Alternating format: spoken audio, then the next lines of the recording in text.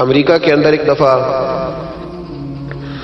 1 گھنٹے کے لیے لائٹ کا فالٹ ہوا تھا، تو چند جگہوں پر لاکھوں ڈالر کی چوریاں ہو گئی تھیں کیونکہ کیمرے بند ہو گئے۔ لوگوں نے سمجھا اب دیکھنے والا کوئی نہیں، چوری ہو گئی۔ اسلام بڑا حسین مذہب ہے۔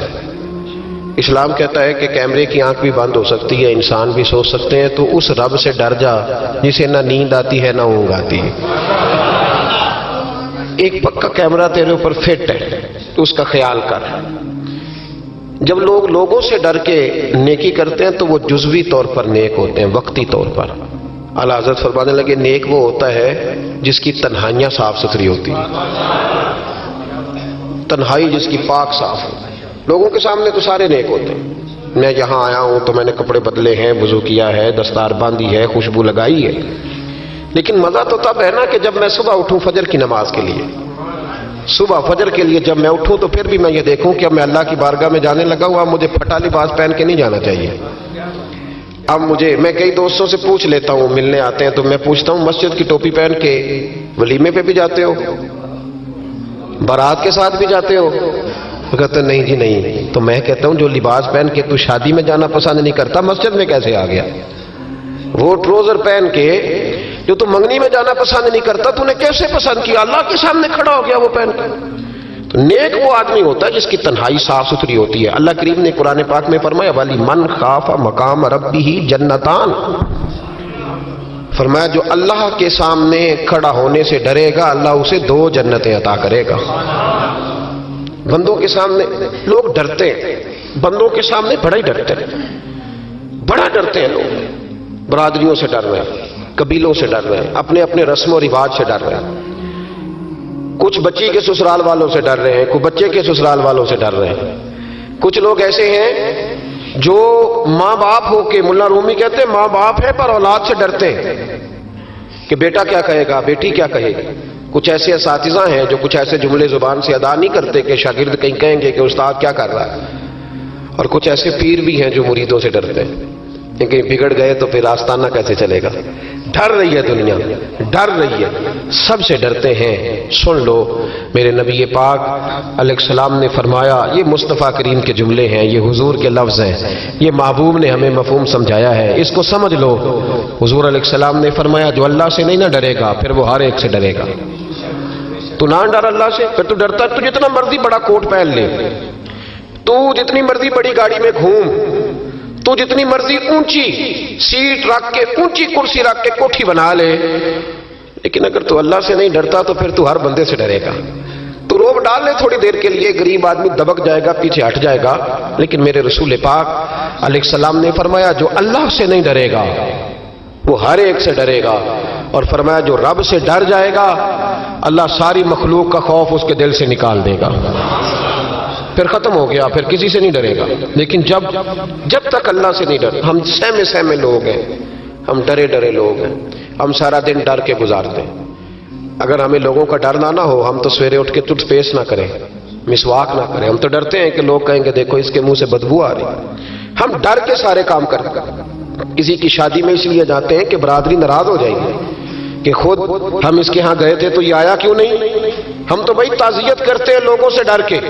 یاد رکھو یہ زمانہ بھگا کے تھکا دے گا، یہ راضی نہیں ہوگا۔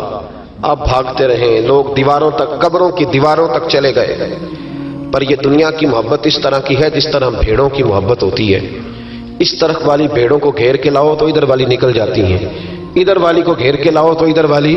یہ مولا علی شیر خدا کا فرمان ہے۔ آپ فرمایا کرتے تھے یہ نکل جائیں گے۔ کب تک بندوں کو راضی کرو گے؟ کب تک راضی کرو گے؟ ادھر والے رشتہ داروں کو ناراض کرو گے، راضی کرو گے تو ادھر والے ناراض ہو جائیں گے، ادھر والے دوستوں کو راضی کرو گے تو پیچھے والے بگڑ جائیں گے۔ تو حضور پھر کیا کریں؟ آپ فرمانے لگے ایک رب کو راضی کرو۔ ان الذین آمنوا وعملوا الصالحات سیجعل لهم الرحمن ودا، فرمایا اگر رب رحمان تم سے راضی ہو گیا تو لوگوں کے دلوں میں تمہاری محبت پیدا فرما دے گا، پھر لوگوں کے دلوں میں تمہاری محبت۔ اللہ کا خوف پیدا کریں، ڈرا کریں اللہ تعالیٰ سے، یہ ذہن بنائیں کہ میرا مالک مجھے دیکھ رہا ہے۔ حضرت جنید بغدادی رحمت اللہ تعالیٰ علیہ فرماتے ہیں جب میں اپنے ماموں سے مرید ہوا نا حضرت سری سختی سے، تو میں نے ان سے وظیفہ پوچھا. لوگ کہتے ہیں کہ کامل پیر نہیں ملتا, تو میں کہا کرتا ہوں کہ مرید ہی کوئی نہیں ملتا, کوئی مرید نہیں, سارے تویزوں والے ملتے ہیں. کہتے ہیں حضرت صاحب آپ مہربانی کریں, ایسی پھونک مارے کہ سویرے اٹھوں تو میرے پلنگ کے نیچے 2 توڑے نوٹوں کے پڑے ہوئے ہوں. تو یہ حضرت صاحب کو یہ والی پھونک آتی ہوتی تو وہ اپنے پلنگ پہ نہ مار لیتے, تیرے پلنگ پہ ہی مارنا تھی ان کو یہ پھونک. کہتے کوئی ایسا کام چلے کہ وہ پیسہ ہی پیسہ ہو جائے. تو میں نے کہا یہ جو تجھ سے 1000 روپیہ لے رہا ہے, 2000 لے رہا ہے, اگر یہ پھونک ہوتی تو یہ پہلے اپنی پٹاری پہ مارتا. بھائی طریقت اور تصوف کس چیز کا نام رکھا ہے؟ پہلی بات تو یہ ہے کہ مرید کا وہ تصور ہی نہیں کہ میں نے معرفت الہی حاصل کرنی ہے, میں نے اللہ کی بارگاہ تک جانا ہے. رویہ بالکل دوسرا ہے. جب میرا رویہ یہ ہے تو پھر سامنے والے کا بھی تو وہی ہوگا نا. اس لیے کہ جیسی میری نیت ہوتی ہے لوگ بھی مجھے ویسے ہی ملا کرتے ہیں. حضرت جنید بغدادی کہتے ہیں جب میں اپنے مرشد گرامی حضرت سری سکتی رحمۃ اللہ علیہ کی بارگاہ میں گیا, مرید ہوا تو میں نے وظیفہ پوچھا, تو حضرت نے مجھے وظیفہ بتایا. وظیفہ, توجہ ہے میری بات پر؟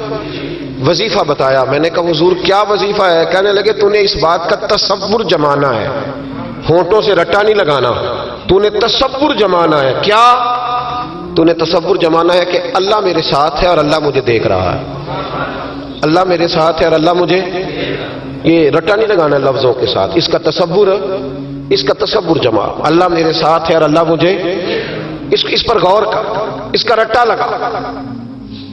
پتہ ہے نیک کون ہوتا ہے, پرہیزگار کون ہوتا ہے؟ نماز پڑھنے والے کو نمازی کہتے ہیں, نیک نہیں کہتے.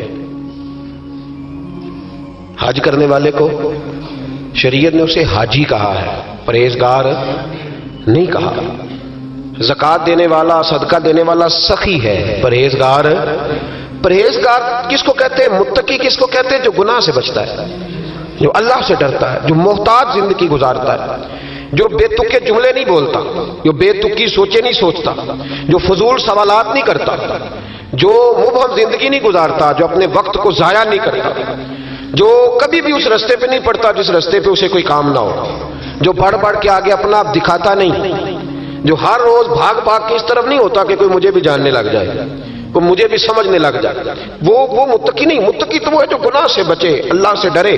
حضرت عبداللہ بن عمر رضی اللہ تعالیٰ عنہ فرماتے ہیں کہ میں مدینہ منورہ سے نکلا ایک سفر کے لیے. میں نے کچھ کھجوریں, کچھ سرکہ, کچھ خشک چیزیں ساتھ رکھ لیں کیونکہ سفر لمبا تھا. فرماتے ہیں کہ میں ابھی کچھ فاصلہ میں نے مدینے کا طے کیا تو ایک صحرا آیا. دوپہر کا وقت ہو گیا تو میں کھانا کھانے لگا. رمضان کا مہینہ نہیں تھا, محرم سفر کے ایام چل رہے تھے.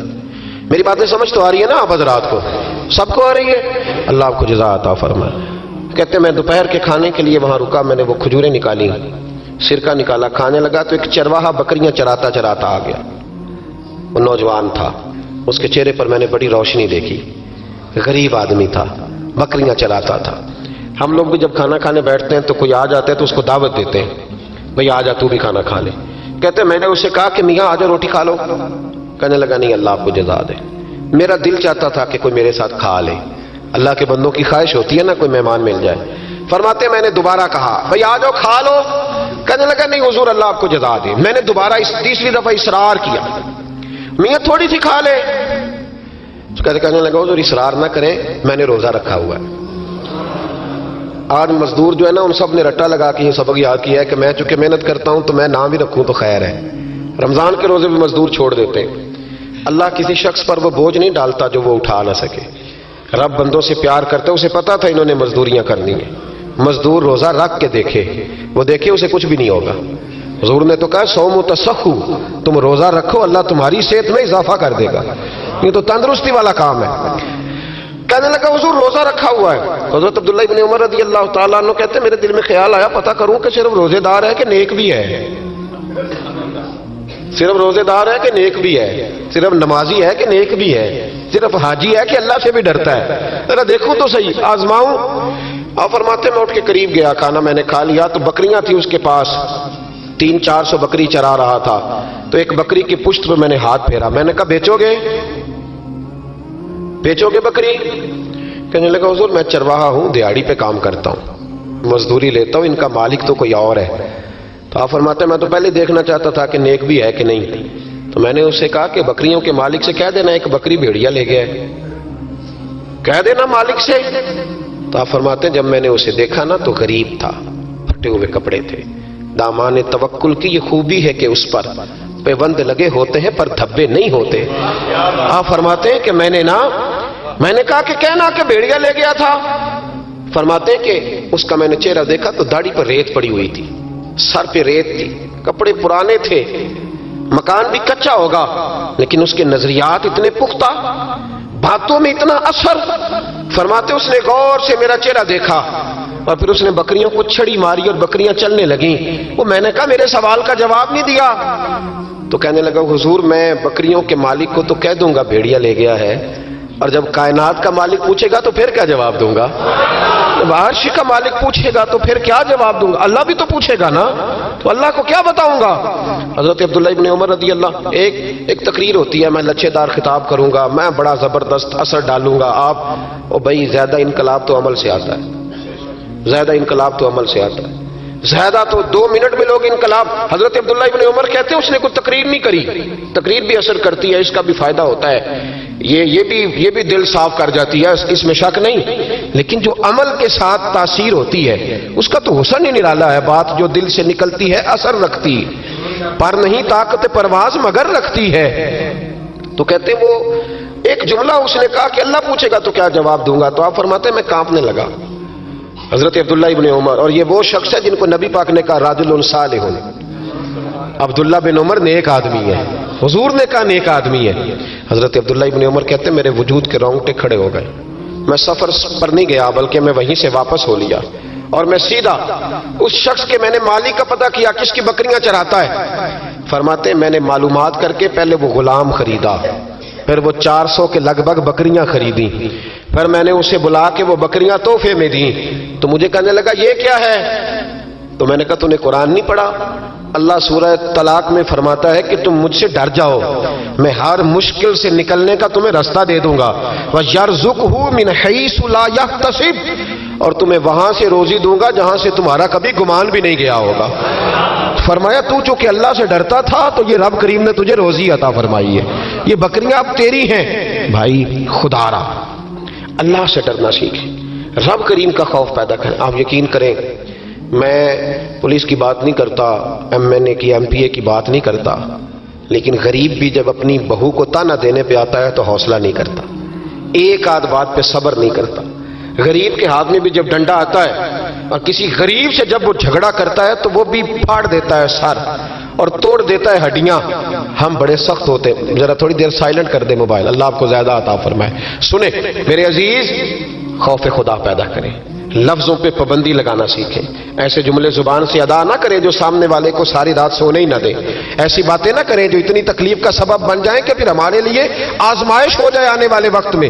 میرے نبی پاک علیہ الصلوۃ والسلام نے ہمیں خوف خدا کا رستہ دکھایا, ہمیں بتلایا ہے پاک صاف زندگی گزارنا چاہتے ہو تو اب سے رب سے ڈرو. جن لوگوں کے دلوں میں خوف خدا ہوتا ہے وہ سجے ہوئے ہوتے ہیں, وہ سنورے ہوئے ہوتے ہیں, وہ دیانتدار ہوتے ہیں, وہ اپنے چھوٹے سے مکان پر بڑے خوشحال ہوتے ہیں. ان کی نظریں اگر کبھی جاتی ہیں تو خدا کی رحمت پر, کسی کی جیبوں پر ان کی نظریں کبھی نہیں جاتی. وہ میرے بھائی لقمہ حرام آ جائے تو رات انہیں نیند نہیں آتی. وہ لوگ تھوڑی سی آمیزش بھی اپنے بچوں کو کھلانا جرم سمجھتے ہیں.